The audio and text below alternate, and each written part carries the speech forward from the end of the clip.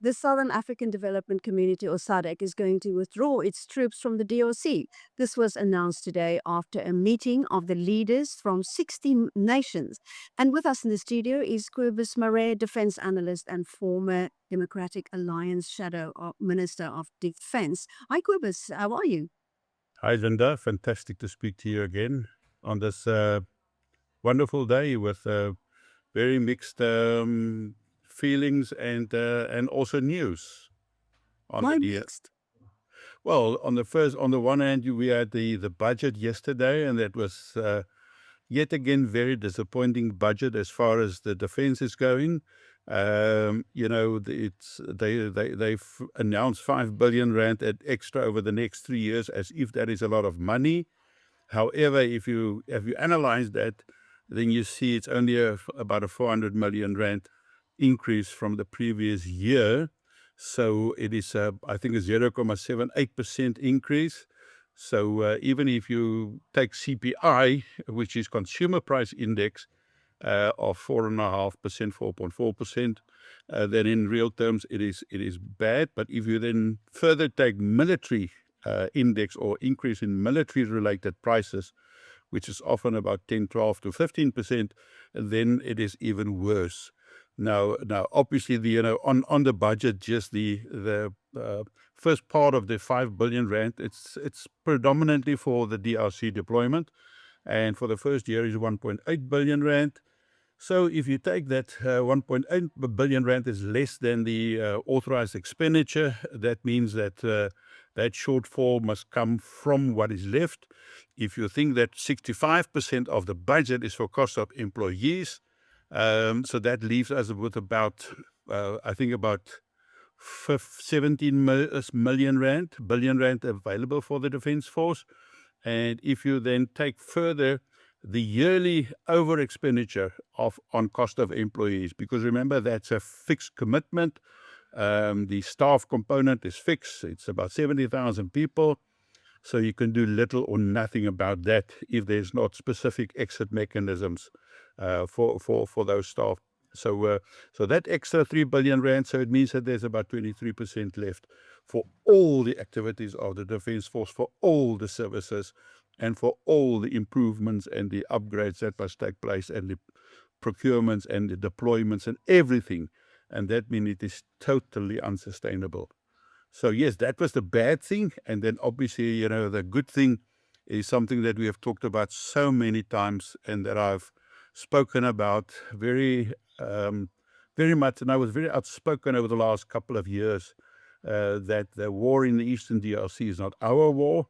And especially under SAMI DRC, it is costing us money that we do not have. It is requiring resources that we cannot provide to our soldiers. We do not have air support and logistical support to our soldiers. And we also know that for the last, how many days, is it a month or two, that they are basically captives of the M23s, where they are restricted to your bases and where they must move and only on the authority and the whims of the M23. So I think it is a wonderful day that they have been forced into a position where they had to reconsider their position of specifically SAMI DRC in the DRC.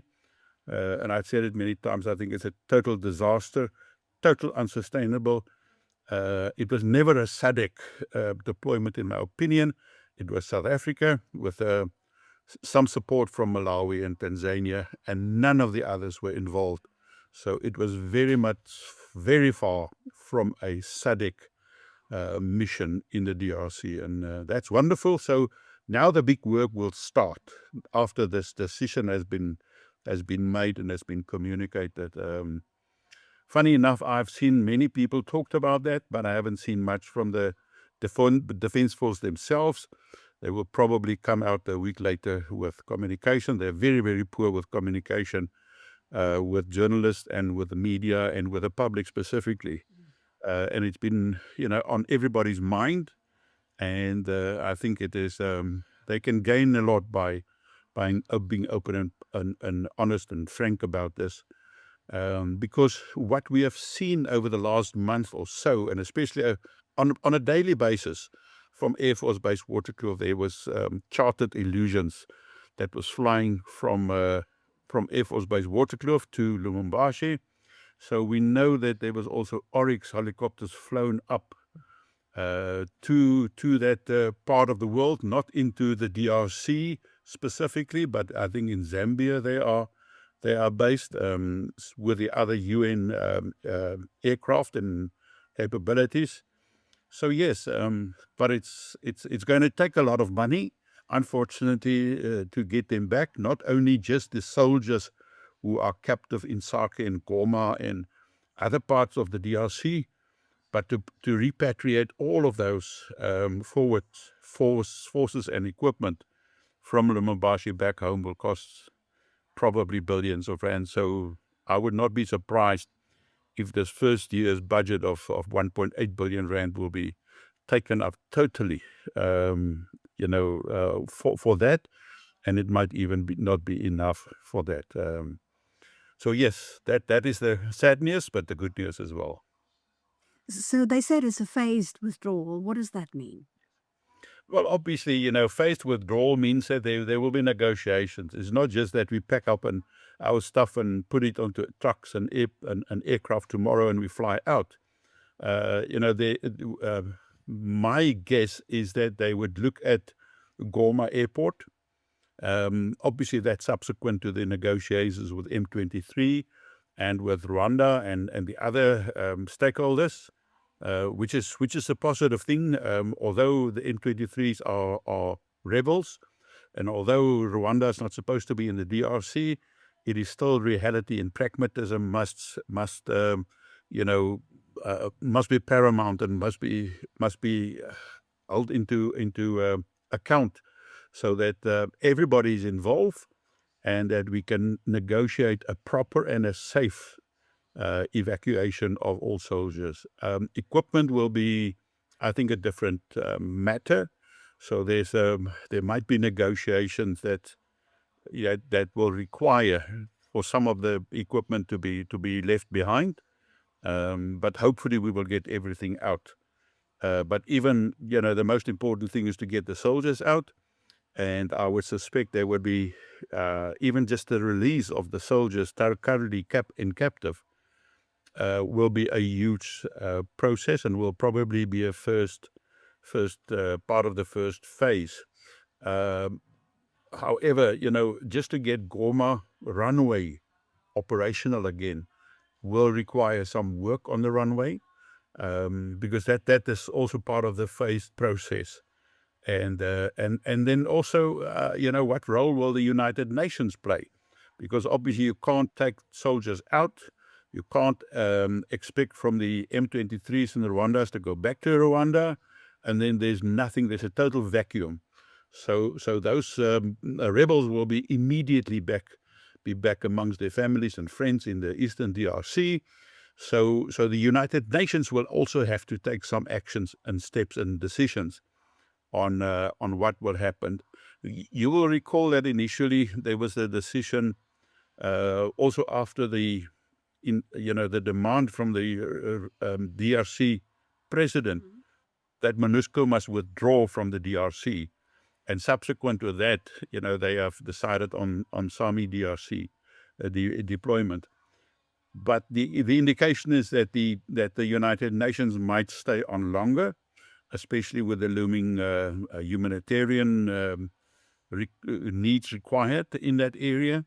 So I suspect that will be part of all the phased processes, so that you don't create a more unstable condition and circumstances than what they have at the moment. Do we have any idea of what numbers are left there? How many soldiers? Well, the numbers that we know about is about 2,000, and then obviously there's the so-called forward forces that was deployed to Lubumbashi.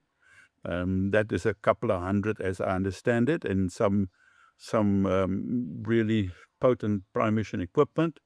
So, but the most important is the evacuation of that 2,000 soldiers. One must remember part of that is still some soldiers as part of the Force Intervention Brigade of MONUSCO, which is expected to be around Mavivi and Beni in the northern part of the Kivu province.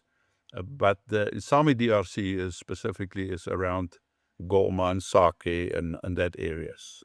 Do you know what prompted President Ramaphosa to eventually agree to it? Is it the soldiers that have been lost and the pressure from internally in South Africa? I think it's a collective that has contributed to that. I think the fact that we've lost 14 soldiers obviously was a very, very harsh, I think, message that happened. Say, hey, it's not as kosher as you might think. And I think then the calls by the families and friends and I think even we know that some senior people in the Defence Force who was basically kept quiet was also very adamant that we don't have the capabilities. This is not responsible.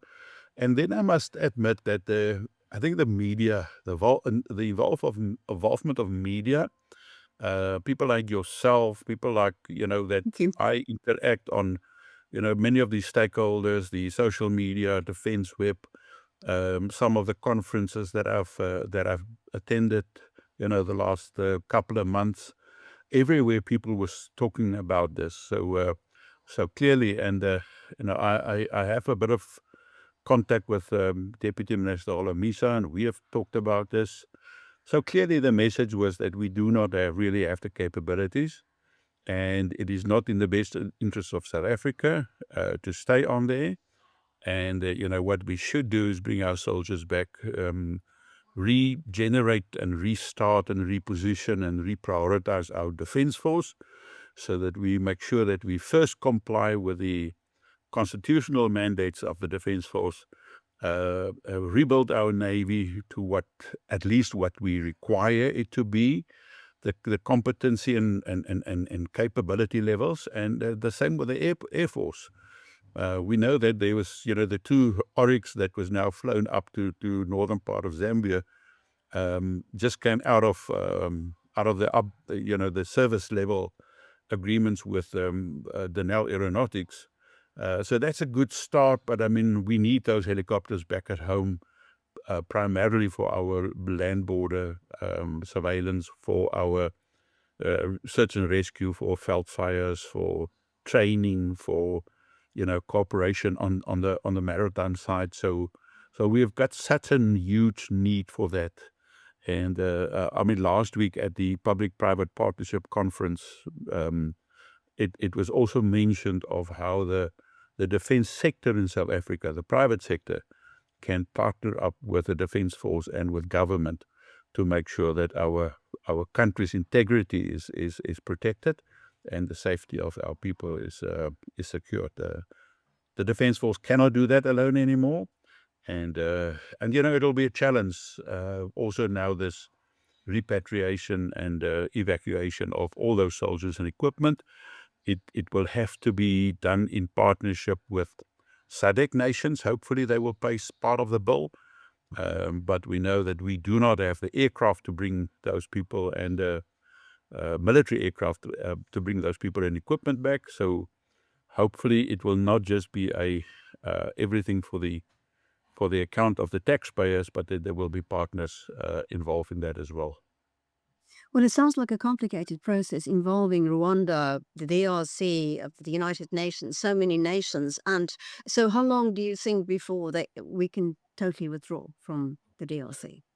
Well, one must remember, as you've mentioned, it involves quite a number of countries, and the three things that I've mentioned in the past, where I think must be involved, and that's the East African community, and clearly, if you look at the resolution and the minutes of today's meeting, it certainly puts a much bigger emphasis on the Eastern African community than in the past, and on African unity, and then specifically the United Nations. So I would expect that the withdrawal, the actual withdrawal, will probably start within a couple of weeks. Don't expect it to happen immediately. It depends on how quick they can find a political and a diplomatic solution on the repatriation and the bringing back the soldiers and the equipment. But it's going to be difficult. It's going to be challenging. Without any doubt, there's a lot of personalities and egos involved. There are people, who wanted to play a much bigger African leadership role. We know the clash between our president and President Kagame. We know that there's a lot of pressure on him and Rwanda, even from the European Union, which was their big allies in the past. There's a huge pressure on them. So there will be a lot of egos, and you'll have to make sure that you take that into account. Because the moment that it is too sensitive and you're taking people for granted and you're actually embarrassing them in the public eye of the international world, they might just turn around and you might lose more lives and equipment, and we don't need that. So it is not a time for egos. So patience will be very important, and then pragmatism will be very important. So Kobus Marais, thank you so much. thank you very much. Always fantastic to speak to you and to your viewers.